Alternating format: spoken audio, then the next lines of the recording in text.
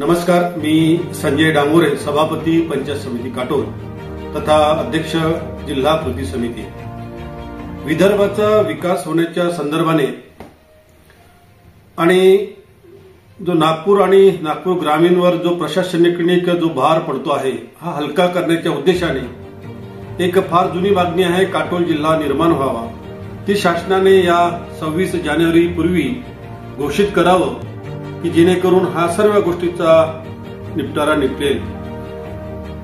150 किलोमीटरपेक्षा जास्त अंतर असणाऱ्या गावावर आणि नागपूर जिल्ह्यावर असणारा हा प्रशासनिक भार हलका करण्यासाठी, लोकांच्या अडचणी सोडवण्यासाठी अगोदरपासूनच 1980 पासूनची ही मागणी आहे।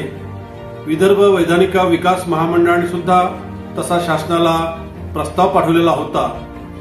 अनेक ग्रामपंचायती, पंचायत समिती असे ठराव घेतलेले आहे।